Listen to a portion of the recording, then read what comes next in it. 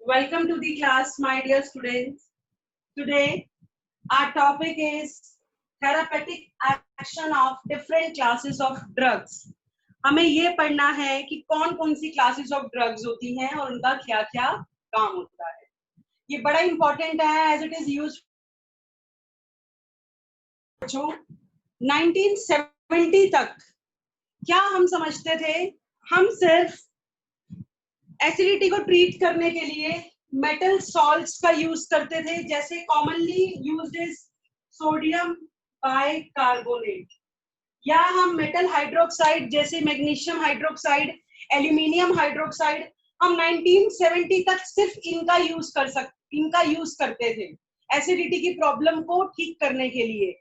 लेकिन याद रखना, ये या मैग्नीशियम हाइड्रोक्साइड ये सिर्फ आपको एसिडिटी से होने वाली पेन को थोड़ा ठीक करेंगे, बट उसके कॉज पे इफेक्ट ये कुछ भी नहीं कर पाएंगे, उसके कारण को ठीक नहीं कर पाएंगे.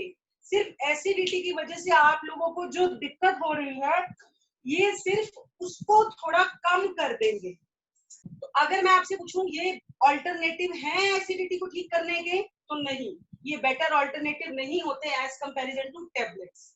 बट 1970 तक तो हम सिर्फ यही यूज करते थे एसिडिटी की प्रॉब्लम को क्योर करने के लिए. धीरे धीरे क्या हुआ, कई बार कुछ केसेस में ये प्रॉब्लम इतनी बढ़ जाती थी so it can cause ulcers, जो कि काफी पेनफुल होता है. आपके स्टमक में प्रॉब्लम होने लग जाती है एसिडिटी की वजह से.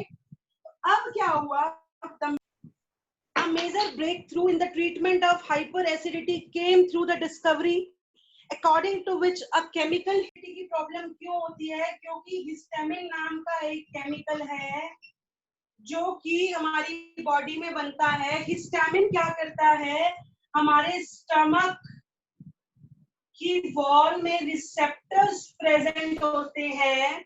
रिसेप्टर्स प्रेजेंट होने की वजह से ये उस पे जाके कंबाइन करता है और केमिकल मैसेंजर ट्रांसफर करके एसिड की प्रोडक्शन को बढ़ाता है और इन शॉर्ट एसिडिटी को बढ़ा रहा है. तो सबसे पहली टेबलेट सिमेटाडीन, ये फर्स्ट एंटा एसिड था. जब ये डिस्कवर हुआ, ये क्या करता है, इसके साथ नेचुरली कंपीट करता है और इसको स्टमक वॉल के रिसेप्टर पे बाइंड नहीं करने देता और इन शॉर्ट एसिडिटी की प्रॉब्लम को कम कर देता है.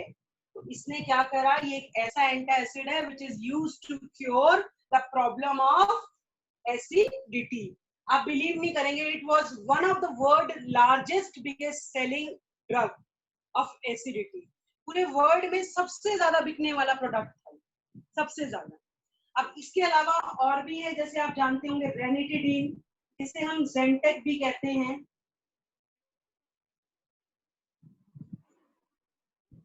अब जो इस साल के बोर्ड में क्वेश्चन आया हुआ था वो ये आया हुआ था कि सोडियम बाइकार्बोनेट, अगर हम, बच्चों ये इनो में प्रेजेंट होता है, जो आपका इनो आप यूज करते हो, अगर हम सोडियम बाइकार्बोनेट का यूज एसिडिटी के लिए ज्यादा करें तो क्या होगा.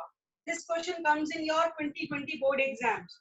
बच्चों ये क्या करता है, सोडियम बाइकार्बोनेट मान लो आपने एसिडिटी की प्रॉब्लम के टाइम पे कंज्यूम किया, तो ये क्या करेगा, ये सबसे पहले एसिड को न्यूट्रलाइज कर देगा. ये न्यूट्रलाइजेशन रिएक्शन शो करेगा क्योंकि ये खुद सारे बेसिक कंपाउंड हैं. अब जब ये न्यूट्रलाइजेशन रिएक्शन शो करेंगे तो सोडियम बाइकार्बोनेट क्या करता है, अगर आप उसके बाद भी उसको कंज्यूम किए जा रहे हो तो ये हमारा क्या है, अल्केनिटी को बढ़ा देता है, बेसिक सब्सटेंस को बढ़ा देगा आपकी बॉडी में. तो बेसिसिटी जब बढ़ेगी तो उसको न्यूट्रलाइज करने के लिए एसिड की प्रोडक्शन और हो जाएगी. इन शॉर्ट, अगर आप इसको एक्सेसिवली यूज कर रहे हो तो ये आपको एसिडिटी ठीक करने की बजाय आपकी बॉडी में एसिडिटी को और ज्यादा बढ़ा देगा. इससे बेटर मेटल हाइड्रोक्साइड्स होते हैं, बीइंग इनसॉल्युबल, ये न्यूट्रल करने के बाद, मान लो जितनी एसिडिटी थी उसको न्यूट्रलाइज करने के बाद ये अपना असर नहीं करते. दूसरा एक क्वेश्चन और, कि हमें प्रॉपरली प्रेस्क्राइब्ड मेडिसिन लेनी चाहिए या ये इन ऑल्टरनेटिव्स को यूज करना चाहिए. बच्चों मैं बार बार कह रही हूँ, ये आपके कॉज को ठीक करेंगे, ये कॉज पे कुछ नहीं करेंगे, सिर्फ एसिडिटी से होने वाले कॉन्सिक्वेंसेस को कम करेंगे। तो आपका टैबलेट्स बेटर होती है। तो एंटासिड्स क्या है? ऐसे केमिकल्स जो एसिडिटी को रिमूव करते हैं। नेक्स्ट आते हैं आपके एंटी हिस्टामिन्स। आपको क्या इन सब की एक एक एग्जाम्पल, मतलब दो दो तीन तीन एग्जाम्पल आने चाहिए और इनकी definition.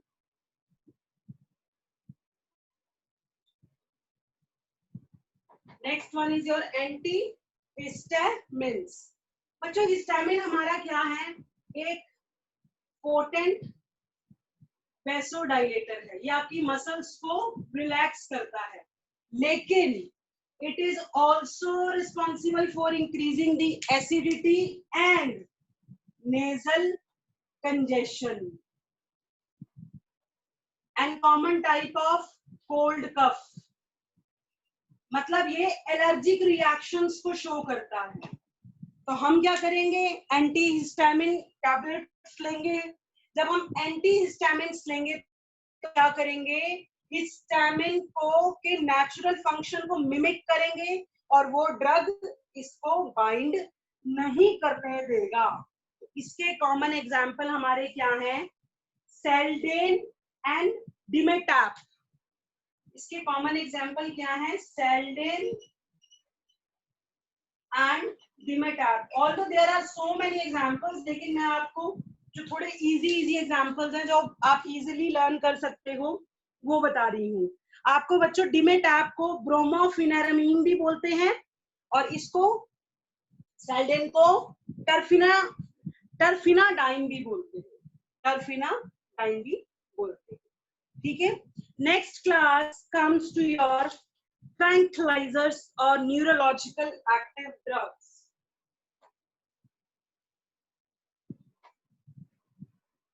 Second class is your neurological active drugs। Neurological active drugs में बच्चों हमारी दो तरीके की मेडिसिन आती हैं, इनकी दो क्लासेस हैं। First one is your tranquillisers,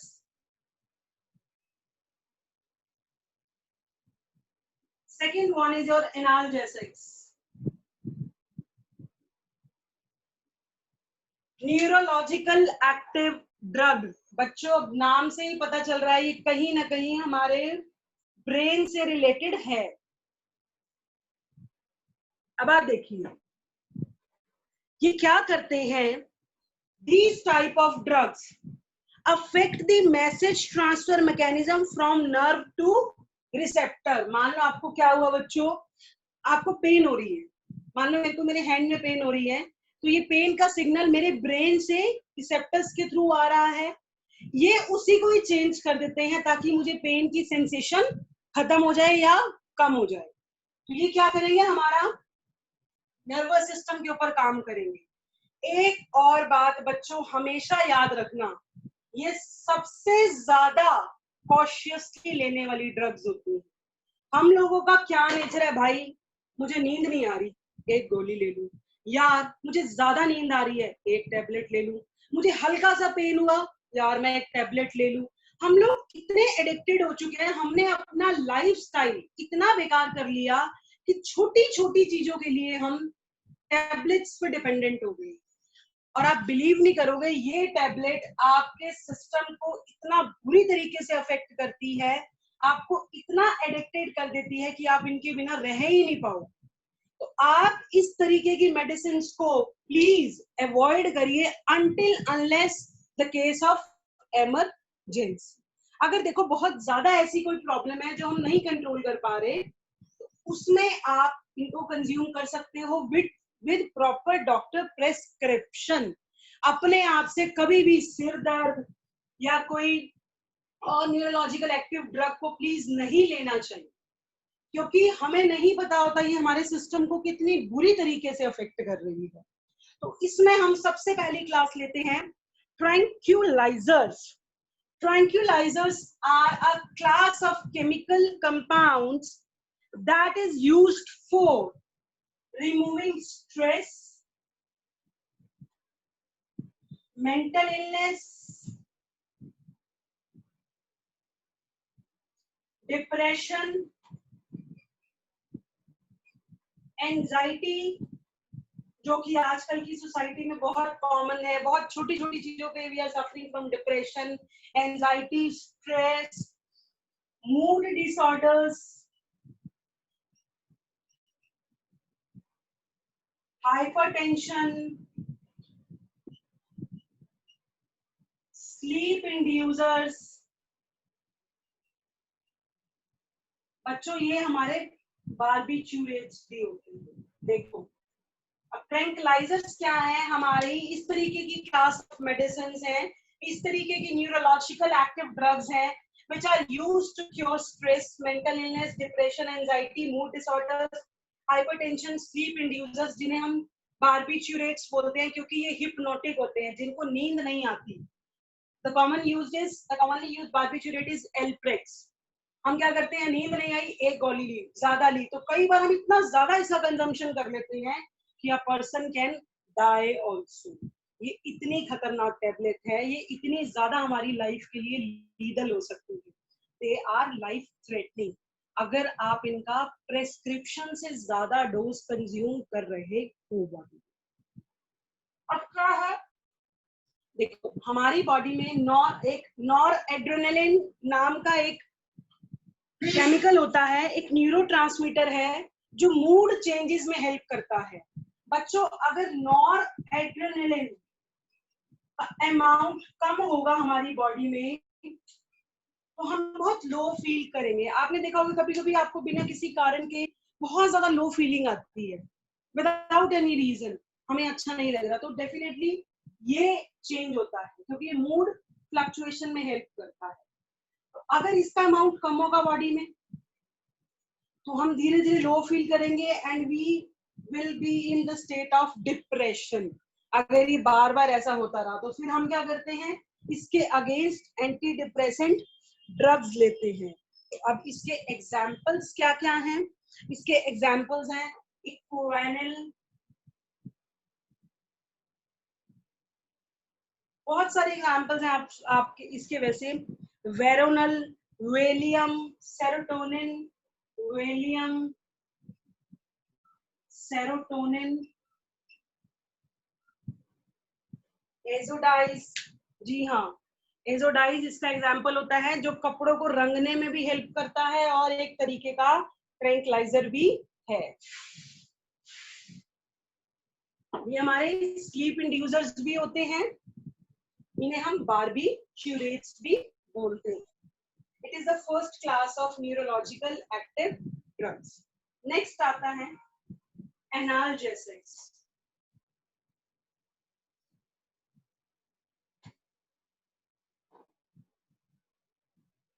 Your next class is analgesics, जिन्हें आप कॉमन लाइफ में, डेली लाइफ में बोलते हैं पेन किलर्स. पेन किलर से आप नाम समझ गए, जो क्या करते हैं, हमारी पेन को किल करते हैं. मैं एक बात बार बार बोल रही हूँ, एनाल्जेसिक्स सिर्फ आपको पेन को होने वाली जो भी नर्व आपको अफेक्ट कर रही है उसकी सेंसेशन को कम करते हैं. वो पेन किस वजह से हो रही है, उसका क्या कारण है, इनको इससे कोई मतलब नहीं है.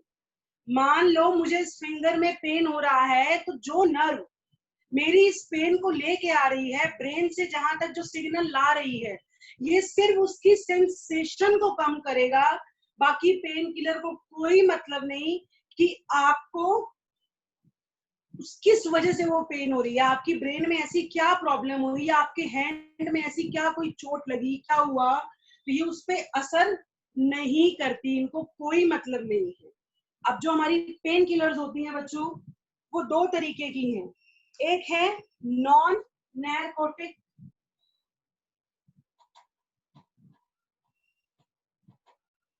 और एक है नैरकोटिक. इसे हम बोलते हैं नॉन एडिक्टिव इसे हम बोलते हैं एडिक्टिव।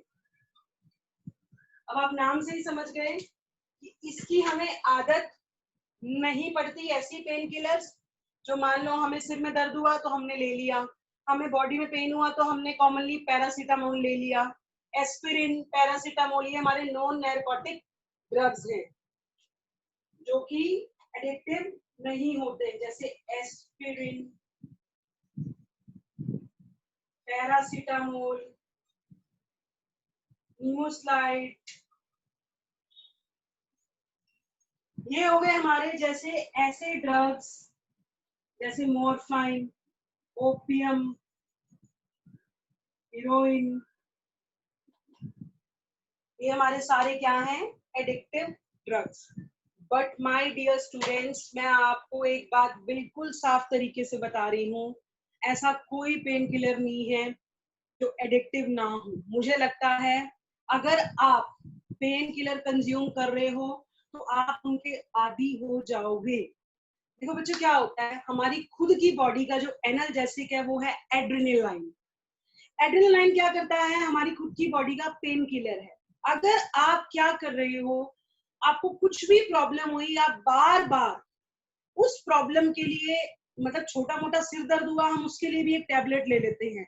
जरा सी बॉडी में हमें थकान महसूस हुई, हमने टैबलेट ले ली।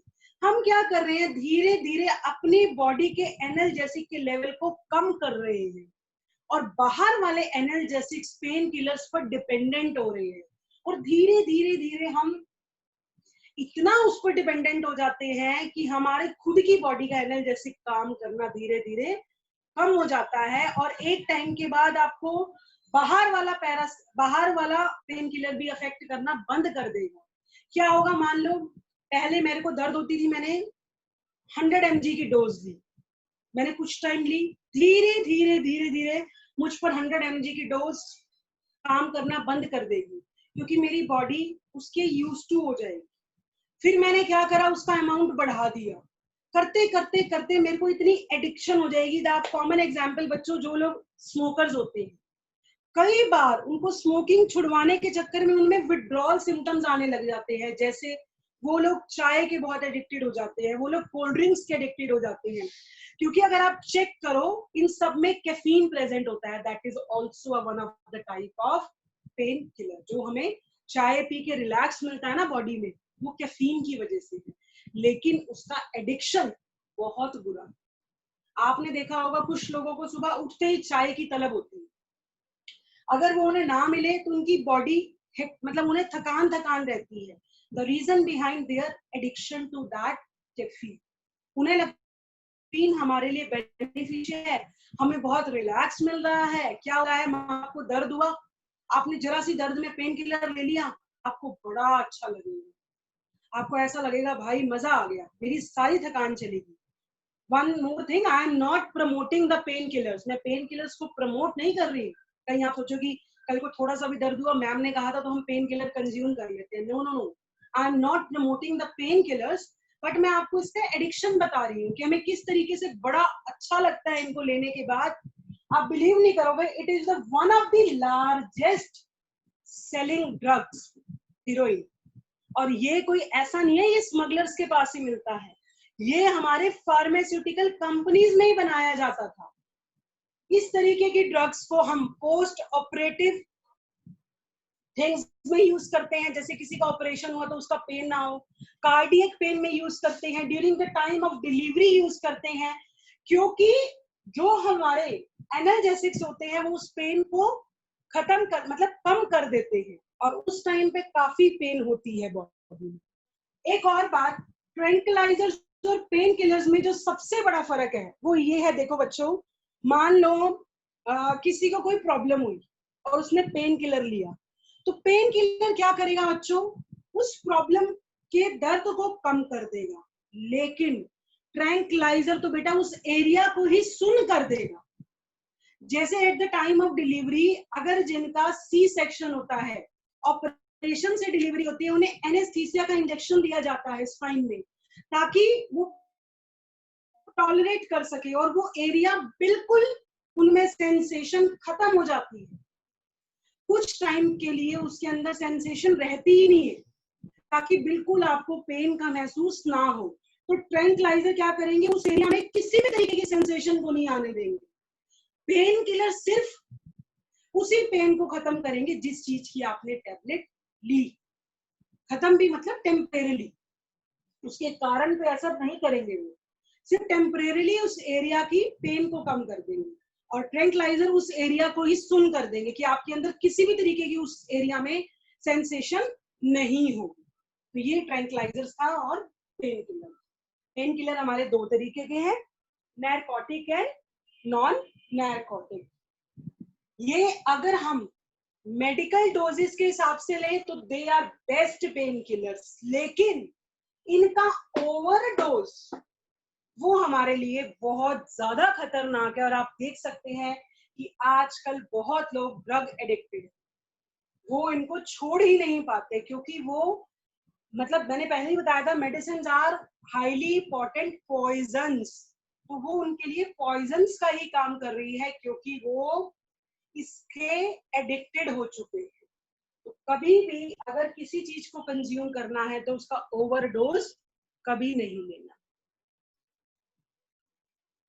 Your next class is antimicrobials. अब तक हमने 4 पढ़ लिए, antacids, tranquillisers, analgesics and antihistamines. इतना अच्छा चैप्टर है बच्चों। आज के बाद अगर आप मेडिसिन लेने जाओगे, वैसे तो आपको जरूरत ना पड़े, अगर जाओगे तो आप प्लीज ध्यान से चेक करना और आपको मजा आएगा, क्योंकि इस चैप्टर की डेली लाइफ में बहुत ज्यादा इंपॉर्टेंस है और आजकल तो कुछ ज्यादा ही है। Next one is your anti microbials या एंटी माइक्रोब्स। बच्चों, एंटी मतलब अगेंस्ट, माइक्रोब्स मतलब माइक्रो ऑर्गेनिजम्स, मतलब जो बैक्टीरिया, फंजाई, वायरस, पैथोजेंस, इन सब पे काम करें। बैक्टीरिया के लिए अगर आप ले रहे हो तो it will be anti bacterial, इसके लिए ले रहे हो तो anti fungal, anti viral, anti pathogen respectively. तो ये हमारे सब क्या है, माइक्रो ऑर्गेनिजम्स हैं, जो इनको किल या इनकी ग्रोथ को रोकने के लिए यूज होता है, वो हमारा क्या होता है, एंटी माइक्रोबियल। अब एंटी माइक्रोबियल ड्रग में वैसे बेसिकली हमारे 3 चीज आती हैं। एक आती है एंटीबायोटिक्स, दूसरा आता है डिसइंफेक्टेंट और एक आता है एंटीसेप्टिक। सबसे पहले हम लेते हैं एंटीबायोटिक्स। देखो, एंटीबायोटिक्स ऐसे केमिकल्स हैं जो बैक्टीरिया और फंजाई पे काम करते हैं। याद रखना, एंटीबायोटिक्स कभी भी वायरल में हेल्पफुल नहीं होते। These are the chemicals which are partially or wholly produced by chemical synthesis and whose low concentration is used to cure or kill the growth of microorganisms. ऐसे chemicals जो या तो जिनका कुछ पार्ट या जिनका पूरा एंटीबायोटिक केमिकली सिंथेसिस किया जाए, और जिनका लो कंसंट्रेशन में, अगर हम उनका डोज थोड़ा कम ले रहे हैं, उनकी लो कंसंट्रेशन हमारी बॉडी में माइक्रो ऑर्गेनिजम्स की ग्रोथ को या तो खत्म करने में या उनकी ग्रोथ को रोकने में हेल्प करती है। और अभी मैंने आपको बताया कि ये बैक्टीरिया और फंजाई पे काम करते हैं। और अब आप सोचोगे कि मैम, अगर हमें कोई वायरल इन्फेक्शन हो तो भी हमें एंटीबायोटिक देता है डॉक्टर? बिल्कुल देता है, लेकिन आप याद रखना, एंटी वायरल में मतलब एंटीबायोटिक जब वायरल में दिया जाता है, हमें 5 डेज का दिया जाता है, 5 डेज ट्रीटमेंट के लिए में दिया जाता है। एंटी वायरल में मतलब एंटीबायोटिक दिया जाता है, लेकिन वो वायरस पे अटैक नहीं करता। वो क्या करेगा, वायरस में अटैक के टाइम पे हमारी बॉडी बच्चों काफी वीक हो जाती है। वो वीक होने की वजह से उसके ऊपर कोई और बैक्टीरिया या फंजाई वायरस के साथ साथ अटैक ना करे, उसकी ग्रोथ को रोकने के लिए हम एंटीबायोटिक जरूर देते हैं at the time of viral fever या किसी और वायरस के अटैक में। एंटीबायोटिक जरूर देते हैं ताकि जो हमारी बॉडी की इम्यूनिटी है अगर वो लो हुई है तो वो हमारा बाकी और चीजों को अफेक्ट ना करे, हम उसकी ग्रोथ को रोक दे, तो हम एंटीबायोटिक वायरस के टाइम पे भी जरूर लेते हैं। एंटीबायोटिक्स ऐसे केमिकल्स हैं which are used to cure or kill the growth of microorganisms। या तो ये माइक्रो ऑर्गेनिजम्स की ग्रोथ को रोक देंगे या खत्म कर देंगे। अब इस हिसाब से हमारे दो तरीके के एंटीबायोटिक्स होते हैं, बैक्टीरियोस्टैटिक एंड बैक्टीरियोसाइडल।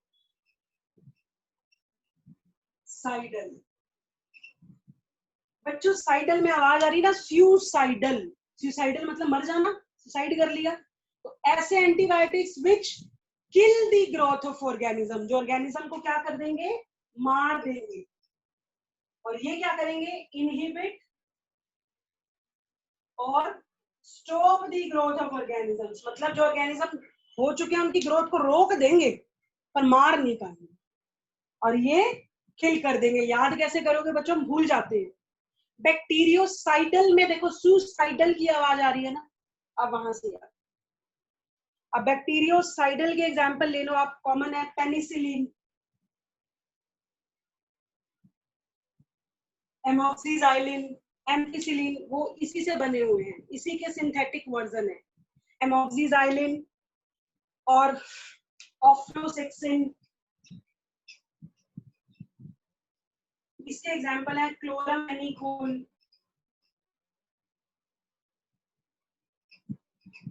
टेट्रासाइक्लिन। ठीक है, एक क्लासिफिकेशन तो एंटीबायोटिक की ये होगी। दूसरी क्लासिफिकेशन बच्चों ग्राम पॉजिटिव और ग्राम नेगेटिव बैक्टीरिया होते हैं। ये आपको ज्यादा पढ़ना है तो बायो में जाके पढ़ना, मैं वैसे ही बता रही हूँ आपको। बैक्टीरिया के दो टाइप्स होते हैं, ऐसे तो बहुत टाइप्स होते हैं पर हम बेसिकली दो में डील करते हैं, gram positive and gram negative. तो अगर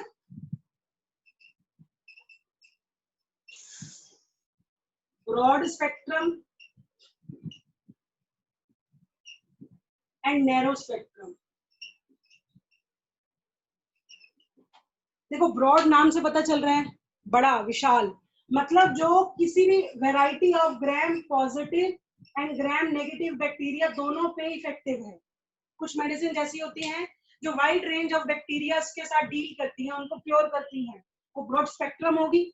और कुछ मेडिसिन जो सिर्फ या तो आइदर ग्राम पॉजिटिव और ग्राम नेगेटिव बैक्टीरिया के साथ डील करेंगी, वो हमारी नैरो स्पेक्ट्रम।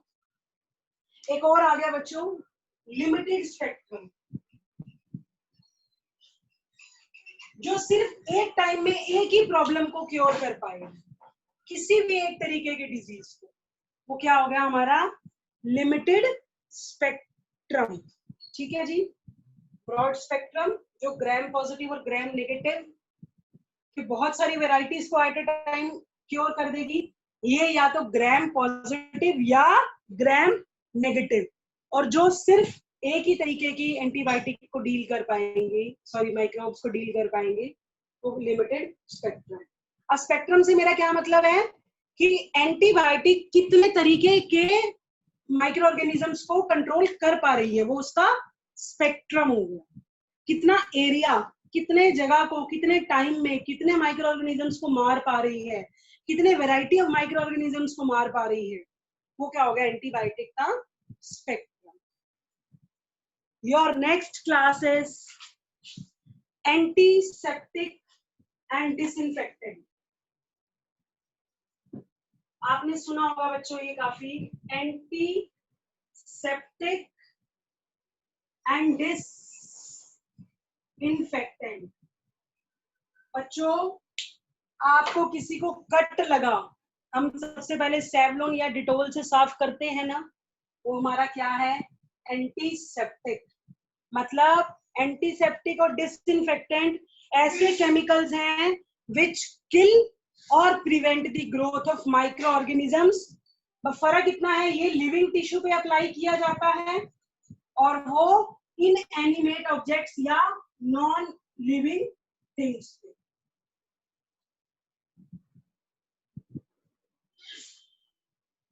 जैसे आपका हार्पिक हो गया, ठीक है, फिनाइल हो गया, वो हम किस पे यूज करते हैं, फ्लोर टाइल्स पे, आपका टॉयलेट क्लीनर्स हो गए। पर आपको एग्जांपल ये नहीं देने, आपको केमिकल कंपाउंड के नाम बताने, जैसे antiseptic which are applied to your living tissues. अब आप जानेंगे फिनोल एक ऐसा कंपाउंड है जो एंटीसेप्टिक का भी काम करता है और डिसइंफेक्टेंट का भी। फर्क होता है इसकी कॉन्सेंट्रेशन का। अगर मैं 0.2% फिनोल ले रही हूँ तो वो एंटीसेप्टिक का काम करेगा, और मैं 1 to 2% फिनोल ले रही हूँ, 1% फिनोल ले रही हूँ तो वो डिसइंफेक्टेंट का काम करेगा। बाकी इसकी और बहुत सारे एग्जाम्पल हैं, क्लोरोजाइलिनोल, टर्पिनोल, ये दोनों बच्चे डिटोल में प्रेजेंट होते हैं, डिटोल जो आप यूज करते हैं, बाईथायोनल, और एक बड़ा important tincture of iodine, already आपने पढ़ा हुआ 9th क्लास में ये, आइडोफोम, बोरिक एसिड, ये सारे हमारे क्या है, एंटीसेप्टिक।